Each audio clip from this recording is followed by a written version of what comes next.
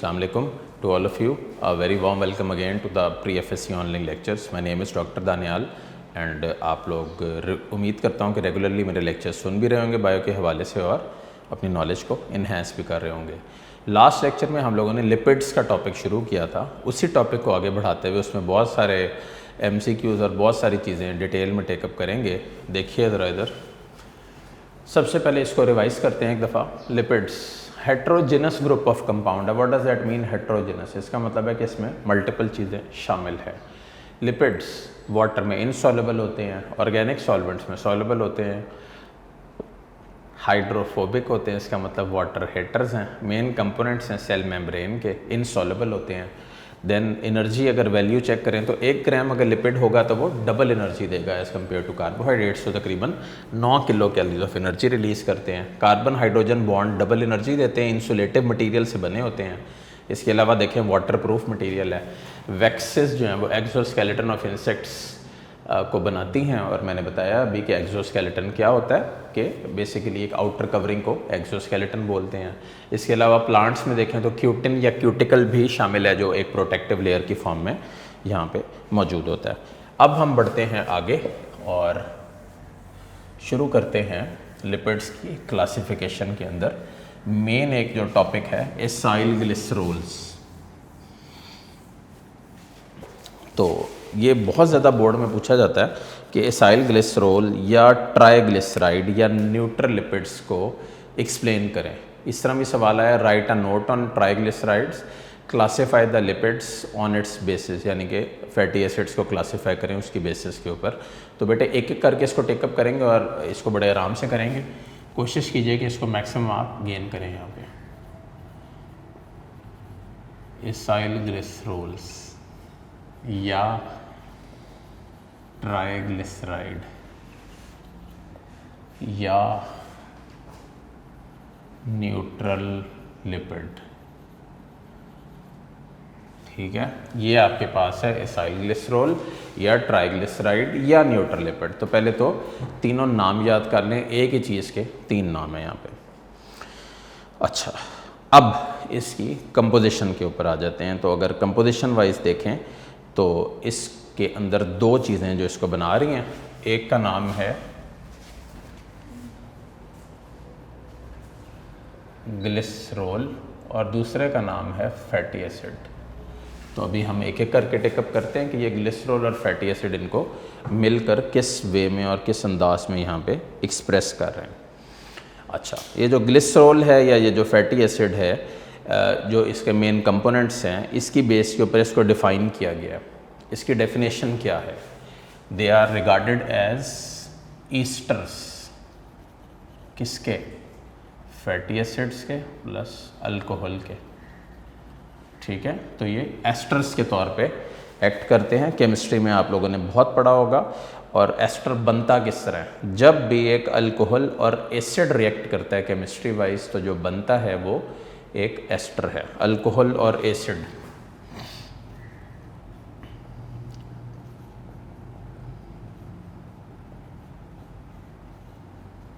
जब भी ये रिएक्ट करता है तो क्या करता है?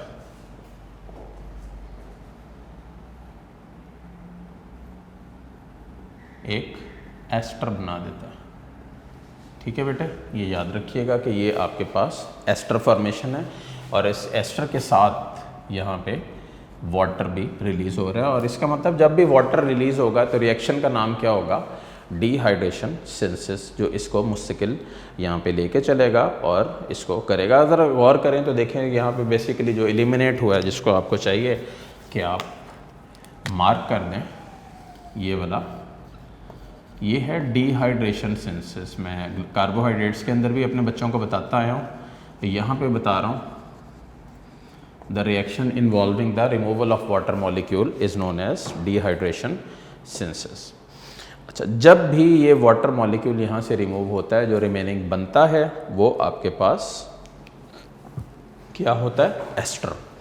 अब हम चूंकि ट्राइग्लिसराइड बना रहे हैं तो ज़रूरी है कि हम इस सारे रिएक्शन को एक जनरल फॉर्म में, जिस तरह पेज 25 ऑफ योर बुक के ऊपर दिया हुआ है कि ट्राइग्लिसराइड में 1 ग्लिसरोल और 3 फैटी एसिड्स होते हैं, हम इसको अब इस वे में यहाँ पे ले लेते हैं और एक्सप्लेन करते हैं।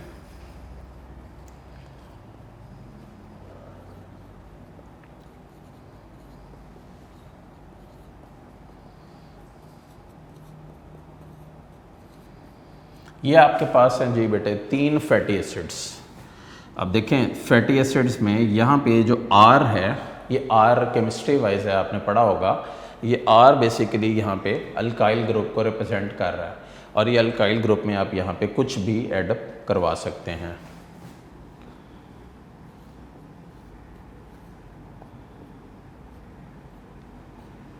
देन ये जो आपके पास ग्लिसरॉल है, इसको आप यहाँ पे एडअप करते हैं।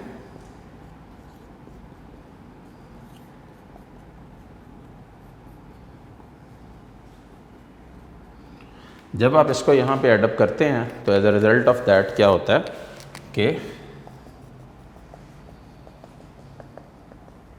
वाटर के मॉलिक्यूल रिमूव हो जाते हैं। अब ये चूँकि 3 है तो 3 वाटर के मॉलिक्यूल इसमें से रिमूव हो गए, जो आपको यहाँ पे नज़र आ रहे हैं। जब ये वाटर के मॉलिक्यूल बेटे रिमूव हो जाएंगे तो क्या होगा,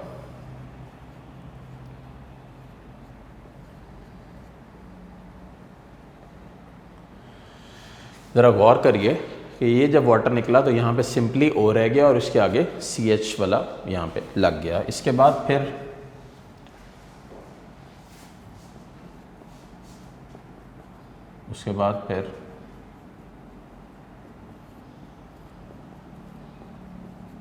ये आपके पास है ट्राइग्लिसराइड, और ट्राइग्लिसराइड को इन अदर वर्ड्स क्या बोलते हैं, न्यूट्रल लिपिड। तो इस सारे रिएक्शन के अंदर जो मेन चीज़ बाहर निकल गई है वो क्या है, 3 वाटर के मॉलिक्यूल्स इवॉल्व हो गए हैं, निकल गए यहाँ से। ठीक है, तो मेरे बच्चों ये ज़रा गौर करो, यहाँ पे 3 फैटी एसिड्स मिले एक ग्लिसरॉल के साथ, और ग्लिसरॉल क्या होता है, ट्राईहाइड्रिक अल्कोहल को बोलते हैं। केमिस्ट्री में पढ़ा होगा, नॉमेनक्लेचर मैट्रिक में आप लोगों ने। ट्राईहाइड्रिक अल्कोहल वो होता है जिसमें 3 OH ग्रुप शामिल होते हैं। तो देखें डिहाइड्रेशन सिंथेसिस हुई, 3 वाटर मॉलिक्यूल बाहर निकल गए, जो रिमेनिंग बचा वो आपके पास ट्राईग्लिसराइड था। तो सबसे पहले तो आपने इसको क्लियर कर लेना है कि ये होता क्या है ट्राईग्लिसराइड। अब आ जाओ सेकंड मेन चीज़ पे कि ट्राईग्लिसराइड बना किससे हुआ है, फैटी एसिड से। किससे बना हुआ, फैटी एसिड्स। तो अब फैटी एसिड्स को डिटेल में टेकअप करते हैं एक एक करके। फैटी एसिड्स में 2 से 30 नंबर ऑफ कार्बन एटम्स होते हैं इन अ स्ट्रेट चेन। 2 से 30 even number of carbon atoms होते हैं एक स्ट्रेट चेन में, जो किसके साथ अटैच होते हैं, डेफिनेटली हाइड्रोजन के साथ। और उसमें होता क्या है, एक कार्बोक्सिलिक ग्रुप भी मौजूद होता है। अब मैंने ये वर्ड अलग इसलिए लिखा है सो दैट मैं आपको कार्बोक्सिलिक ग्रुप बता सकूं। ये है कार्बोक्सिलिक ग्रुप COOH। ठीक हो गया, तो मेरे बच्चों इसको क्लियर कर लो। अब आ जाओ इसकी टाइप्स के ऊपर। अगर आप इसको क्लासीफाई करो तो ये 2 टाइप्स में क्लासीफाई हो जाता है। एक तो बन जाता है सैचुरेटेड फैटी एसिड्स, मैं इसको आपकी सहूलत के लिए चार्ट की फॉर्म में ले रहा हूँ। और दूसरा बन जाता है क्या, अनसैचुरेटेड फैटी एसिड्स। ठीक हो गया, एक क्या हुआ सैचुरेटेड फैटी एसिड और दूसरा क्या है, अनसैचुरेटेड फैटी एसिड्स। अच्छा, अब इसको एक एक करके टेकअप करते हैं। सैचुरेटेड फैटी एसिड्स में नो डबल बॉन्ड, बहुत ही इंपॉर्टेंट पॉइंट, इसमें कोई डबल बॉन्ड नहीं होता। ठीक, अगर यही बात आप अनसैचुरेटेड के ऊपर देखें तो इट में contain up to 6 double bonds. 6 double bonds भी यहाँ पे एग्जिस्ट कर सकते हैं और यहाँ पे मौजूद हो सकते हैं। ये अनसैचुरेटेड है। ठीक है, अच्छा, अब सैचुरेटेड के ऊपर अगर गौर करें तो वो जो सैचुरेटेड फैटी एसिड्स होते हैं वो सॉलिड्स होते हैं, और वो जो अनसैचुरेटेड होते हैं वो ऑयल होते हैं। जो सैचुरेटेड फैटी एसिड्स होते हैं या सॉलिड्स होते हैं उनको आप अदर वर्ड्स में जो है वो किस पे होते हैं सॉलिड, ये भी बताते हैं, ये भी ज़हन में रखें, रूम टेम्परेचर पे। और आप इसको घी के तौर पे लेते हैं, जो बनास्पति घी आम आप इस्तेमाल कर रहे हैं, और ये आप इसको एज ऑयल ही लेते हैं। वो सोयाबीन ऑयल है या सनफ्लावर ऑयल है या कनोला ऑयल है या जो भी तेल है जो आप खाते हैं, जिससे आप सालन पकाते हैं और जो आपका सारा मेन स्टे है इसमें। तो ये सब जो है इसमें ज़रा इसको आप फोकस करें थोड़ा सा तो इसमें आप ये दो चीज़ें देखेंगे। पहली चीज़ तो देखेंगे, पहला तो सवाल ज़हन में ये आता है देख के कि ज़्यादा सेहत के लिए कौन सा तेल नुकसानदेह है और कौन सा तेल है जो निस्बतन दूसरे के मुकाबले में बेहतर है। तो ये वाला जो है जी आपके पास सैचुरेटेड फैटी एसिड्स वाला, ये हार्ट डिजीज़ भी कॉज कर सकता है, रिस्क बढ़ा देता है हार्ट डिजीज़ का।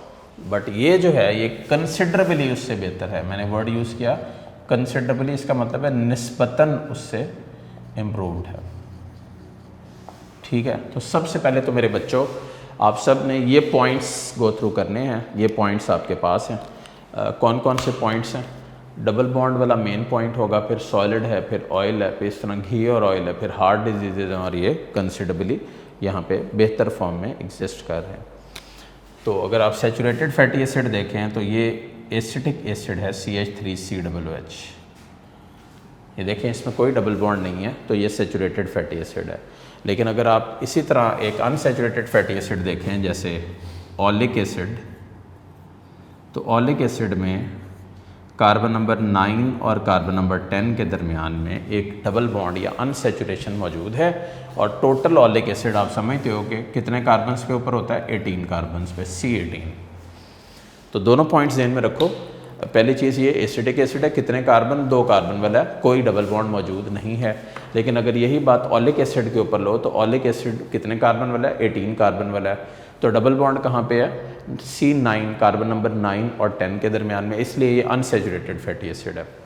पॉइंट्स ख़त्म नहीं हुए, पॉइंट्स को मज़ीद आगे बढ़ाते हैं ट्राइग्लिसराइड्स के ही, और इसके बेसिक चंद करैक्टर्स पढ़ के फिर इसको क्लोज करते हैं।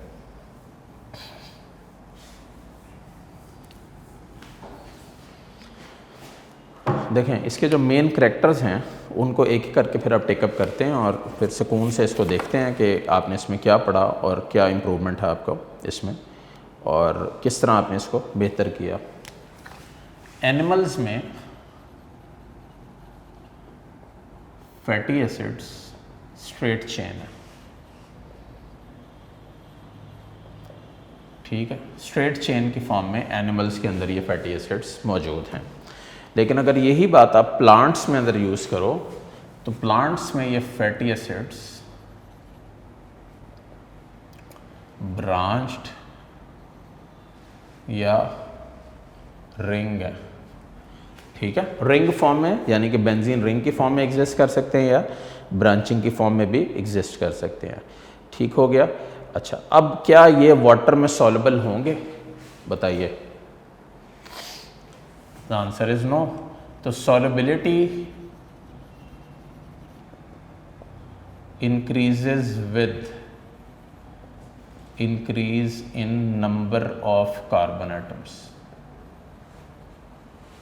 सही है। तो इस सबसे पहले तो इसको तैयार करेंगे, solubility of fatty acids increases with increasing number of carbon atoms in the chains. एक पॉइंट हो गया। और किस में सॉल्युबल है ये भी ध्यान में रखें, ऑर्गेनिक सॉल्वेंट्स में, ठीक है, ऑर्गेनिक सॉल्वेंट्स में। तो पॉइंट्स बड़े इंपॉर्टेंट है, इसको बड़े ध्यान से संभालें। और अब MCQ सुनिए इसके ऊपर।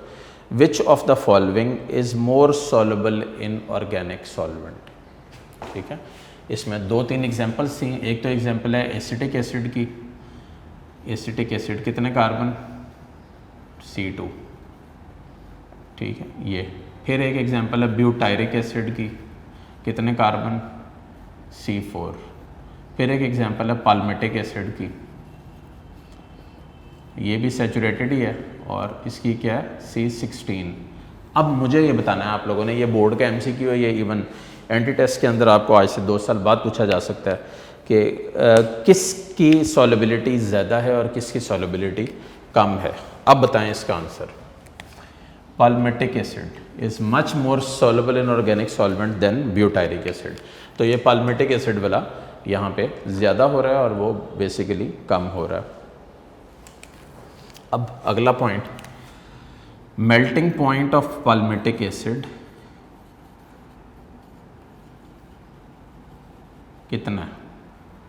63.1 डिग्री सेल्सियस, ठीक है। ये वैल्यूज़ हैं कुछ, इनको मार्क कर लें। और ब्यूटायरिक एसिड का कितना है?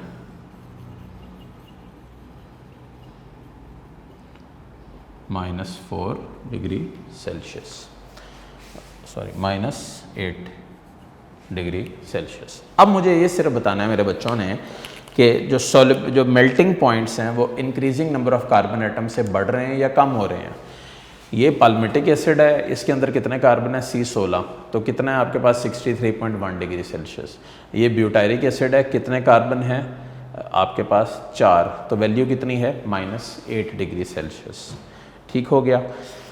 तो इसका ये मतलब हुआ कि जो कार्बन नंबर की तादाद है यूजुअली वो 2 to 30 फैटी एसिड्स में होती है, लेकिन जो मोस्ट कॉमन है बेटे वो 2 से 18 तक हैं। कितने हैं? 2 से 18 तक। अच्छा, अगला सवाल इसमें अगला छोटा सा MCQ आ जाता है, क्या ये ऑयल्स या जो फैट्स हैं ये वाटर से हैवियर हैं या लाइटर हैं? तो आंसर इसमें ये देखें, मैं टॉप पे लिख रहा हूँ, they are lighter than water. Water से हल्के होते हैं, एज अ रिजल्ट पानी के ऊपर फ्लोट करते हैं। ठीक हो गया। अच्छा, स्पेसिफिक ग्रेविटी के ऊपर बहुत ज़्यादा पूछते हैं MCQs में।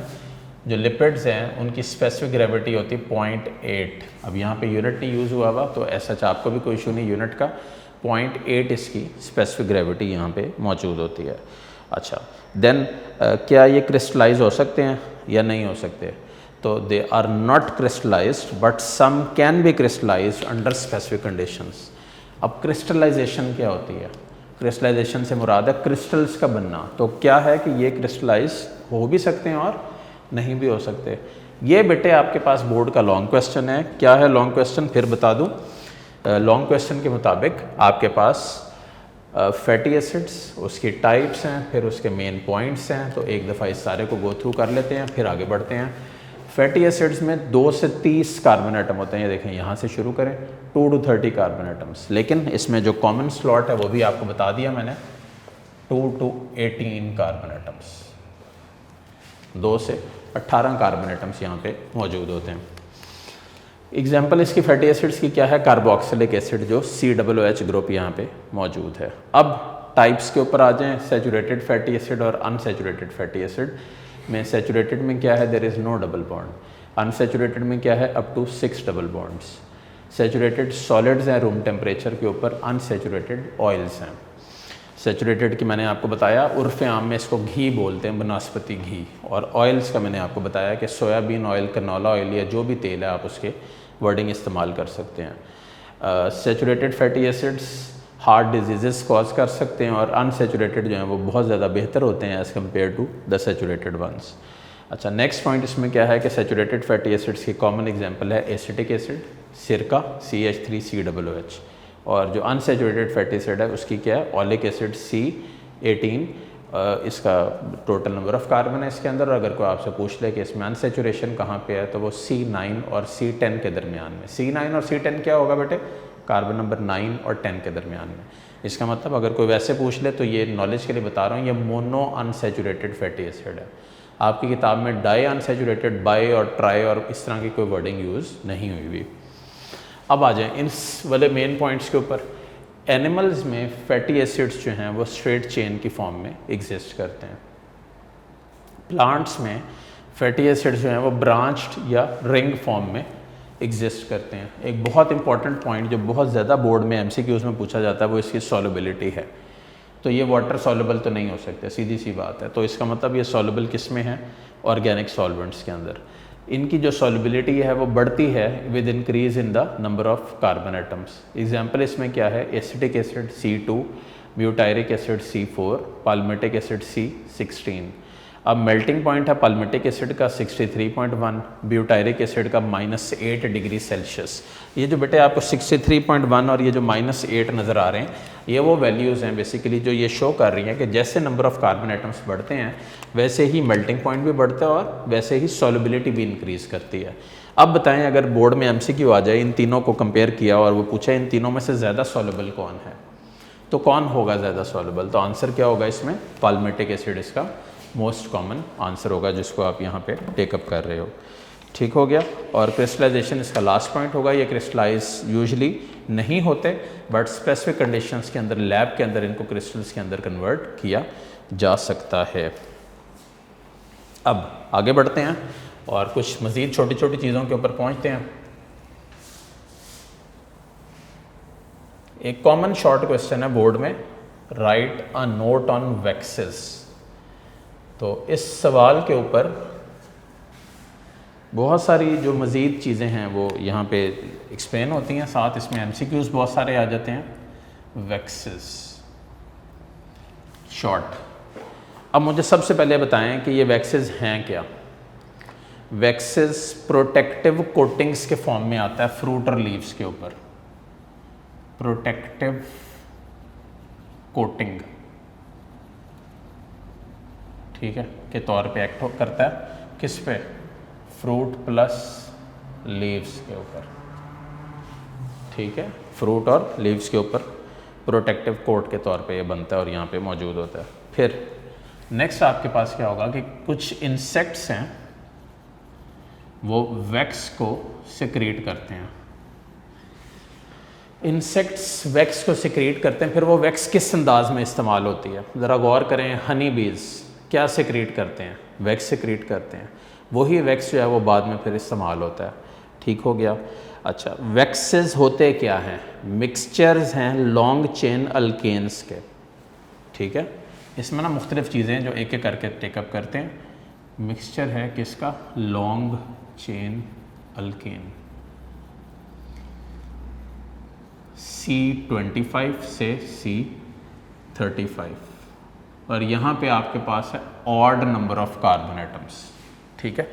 Odd number of carbon atoms हैं जो यहाँ पे मौजूद है, C25 to 35, प्लस यहाँ पे अल्कोहल भी होता है वैक्सेस में, प्लस कीटोन भी होता है, प्लस एस्टर्स भी होते हैं लॉन्ग चेन फैटी एसिड्स के, ठीक हो गया। एस्टर्स भी मौजूद होते हैं लॉन्ग चेन फैटी एसिड्स के, यहाँ पे मौजूद हैं। अच्छा, इसके बाद जी मज़ीद क्या होता है यहाँ पे और इसका मेन काम क्या है? ये सबसे जो मेन इसमें पॉइंट है ना वैक्सेस में, ये डैमेज से, जिसको आप बोलते हैं एब्रेसिव डैमेज, जो मैकेनिकल इंजरी से होता है उससे इसको बचाता है। इसका मतलब ये प्रोटेक्टिव है, ठीक है, प्रोटेक्शन देता है और डैमेज से इसको बचा के रखता है, महफूज रखता है। इसके अलावा ये वाटर बैरियर के तौर पे एक्ट करता है। अब वाटर बैरियर के तौर पे एक्ट करता है for insects, birds, animals, sheeps etcetera. ये पानी को बैरियर के तौर पे मतलब देखता है और पानी को फिर फ्लो आउट नहीं होने देता, ठीक हो गया। तो ये आपके पास है वैक्सेस का टॉपिक। प्रोटेक्टिव कोटिंग की फॉर्म में एग्जिस्ट करता है, फ्रूट्स और लीव्स के ऊपर होता है। इंसेक्ट्स जो हैं वो वैक्स को सिक्रीट करते हैं। इसके अलावा लॉन्ग चेन अल्केन्स का मिक्सचर होता है, alcohol, ketone, esters of long chain fatty acid से मिलकर बना होता है। प्लांट्स को एब्रेसिव डैमेज से बचाता है, उनकी आउटर लेयर बनाता है। इसके अलावा वाटर बैरियर के तौर पे एक्ट करता है। किसके लिए? इंसेक्ट्स के लिए, बर्ड्स के लिए वगैरह वगैरह, सही है। इस वे में यहाँ पे एग्जिस्ट करता है। तो ये बेटे आपके पास है वैक्सेस वाला टॉपिक। वैक्सेस वाले टॉपिक के बाद एक और शॉर्ट क्वेश्चन करते हैं, उसका नाम है terpenoids.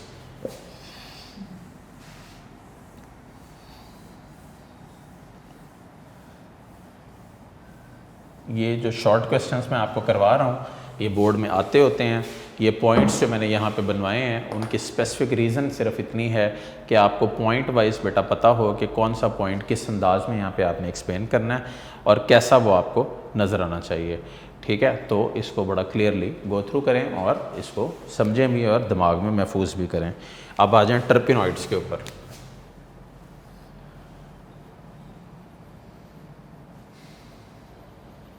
Terpenoids, what is terpenoid?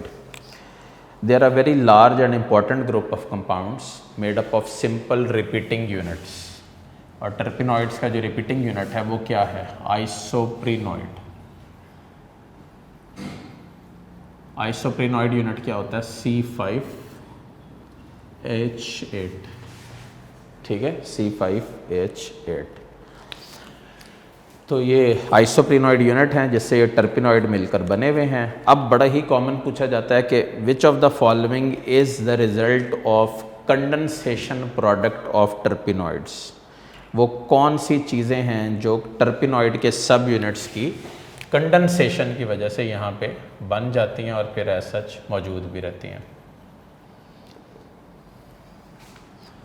Condensation क्या होता है? जिसमें छोटी चीज़ें मिलती हैं और अल्टीमेटली एक बड़ी चीज़ बना देती हैं। तो कुछ वर्ड्स हैं यहाँ पे, इनको ज़रा एक दफ़ा गो थ्रू करते हैं। रबर्स,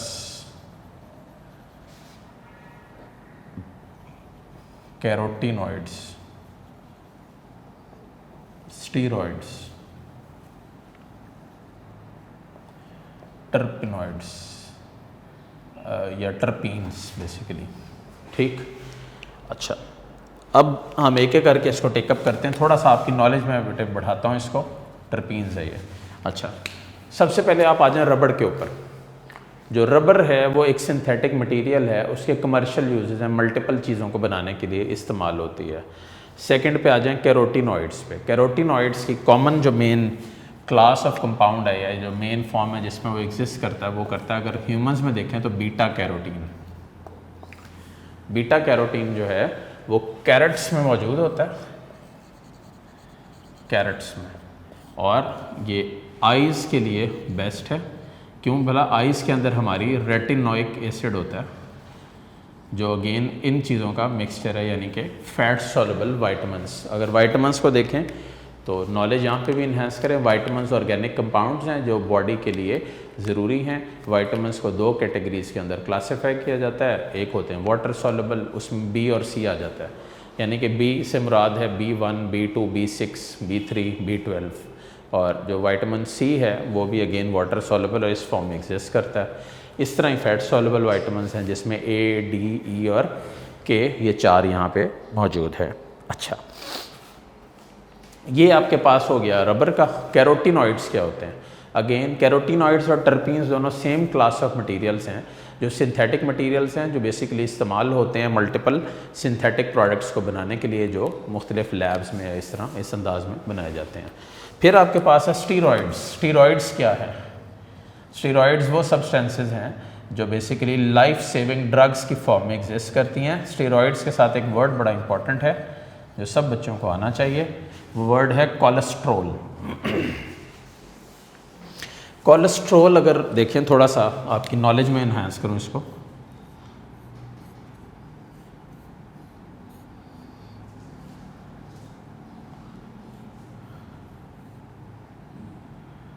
कुछ इस तरह सा इसका स्ट्रक्चर एक बनता है कोलेस्ट्रोल का, basic ring. Cholesterol basically steroids बनाने के काम आता है। स्टीरॉइड्स क्या होते हैं? प्रैक्टिकली एग्जांपल देता हूँ आपको। अल्लाह रहम करे, कोई मेडिकल सिचुएशन, कोई मेडिकल इमरजेंसी क्रिएट होती है घर में, कोई किसी बुज़ुर्ग को हार्ट अटैक होता है, तो सबसे पहले उसको आप डेफिनेटली हॉस्पिटल शिफ्ट करते हैं। जैसे कार्डियोलॉजी शिफ्ट कर दिया, तो कार्डियोलॉजी में जाते ही सबसे पहले उसको लाइफ सेविंग इंजेक्शंस लगाए जाते हैं। वो इंजेक्शन, जो कुछ इंजेक्शंस तो ऐसे हैं जो डायरेक्टली हार्ट के अंदर ही इंजेक्ट किए जाते हैं वक्त आने पे ना, क्योंकि एक बंदा उसकी डेथ हो रही है, उसकी हार्ट मसल्स कॉन्ट्रैक्ट और रिलैक्स नहीं कर रहे हैं, तो उसमें फिर टाइम की बहुत वैल्यू होती है, तो इसलिए फिर लाइफ सेविंग ड्रग्स के ऊपर उसको लगाते हैं। वो बेटे जो लाइफ सेविंग ड्रग्स है ना सारी, वो बनी हुई हैं कोलेस्ट्रोल से। इससे कोलेस्ट्रोल से। तो ये बड़ा इंपॉर्टेंट पॉइंट है इसमें। स्टेरॉइड्स में आपकी बॉडी के अंदर दो ही तरह के हार्मोन्स होते हैं। एक तो होता है पेप्टाइड हार्मोन जो प्रोटीन से बना होता है, और दूसरा होता है स्टेरॉइड हार्मोन्स जो बेसिकली कोलेस्ट्रोल और उससे रिलेटेड चीज़ों से यहाँ बना होता है। अच्छा, ये आपके पास है टर्पिनॉइड्स और फिर ये इसकी सारी डिटेल्स। उम्मीद है कि आपको ये शॉर्ट क्वेश्चन क्लियर हो गया होगा। पेज 26 के ऊपर ही जो प्रोटीन से ऊपर वाली लास्ट लाइंस हैं उसके अंदर कुछ MCQs दिए हुए, मैं एक दफ़ा क्विकली रिवाइज कर दूं। अगर बोर्ड में शॉर्ट आ जाए तो शॉर्ट इस तरह आएगा, give a brief importance of lipids. Number 1, they are the main source of energy.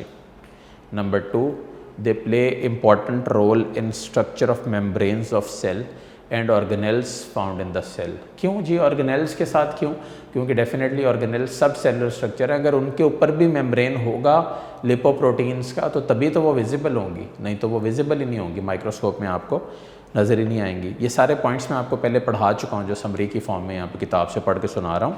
Next, तो ये इंसुलेशन मैकेनिकल प्रोटेक्शन प्रोवाइड करते हैं और एब्रेसिव डैमेज और वाटर लॉस के अगेंस्ट भी एक्ट करके बॉडी को महफूज रखते हैं from the various damaging situations जो बॉडी के अंदर एग्जिस्ट करती हैं और इस वे में और इस फॉर्म में यहाँ पे मौजूद हैं। तो ये आपके पास है जी विद रिगार्ड्स टू ट्राइग्लिसराइड्स और ट्राइग्लिसराइड्स का सारा टॉपिक और उसके साथ ये सारी डिटेल्स। इसमें एसिटिक एसिड है, ब्यूटायरिक एसिड है, पाल्मिटिक एसिड है और ऑलिक एसिड है। 4 एसिड्स का आपने देखना है, उसका जिक्र सारा देख लें और ये इसके सारा जो मुख्तलिफ शॉर्ट हैं वो देख लें। एक शॉर्ट मैंने अभी नेक्स्ट लेक्चर के लिए रोका है, वो है फॉस्फोलिपिड्स। उसके हमने स्ट्रक्चर्स भी टेकअप करने हैं और इसके अलावा जो है वो सेल मेम्ब्रेन का बुनियादी कंपोनेंट है, इसलिए उसको वहाँ पे भी हम जो है वो एक सीक्वेंस में टेकअप करेंगे। तो बेटे होपफुली ये लेक्चर आपके लिए अच्छा रहा होगा, आपने इसको गो थ्रू किया होगा। अब करना क्या है इसमें आपने कि सबसे पहले जो ट्राइग्लिसराइड्स वाला आपने पोर्शन पढ़ा है ना, उसको आपने सेपरेटली लिख के आंसर्स उसके और उसका जो सारा स्ट्रक्चर है उसको खुद सेल्फ प्रैक्टिस करना है किताब बंद करके। और फिर जब इसका टेस्ट आपको अपलोड करेंगे तो फिर आपने उस टेस्ट के हवाले से भी इसको जो है वो यहाँ पे एडअप करना है और फिर उसको इसी अंदाज में लेके चलना है। ठीक हो गया? Really hope so that this was informative for all of you. इंशाल्लाह नेक्स्ट लेक्चर में फिर मुलाकात होगी, फॉस्फोलिपिड से शुरू करेंगे और फिर इसी अंदाज में आगे इसको बढ़ाते चले जाएंगे। टिल देन अल्लाह हाफिज़।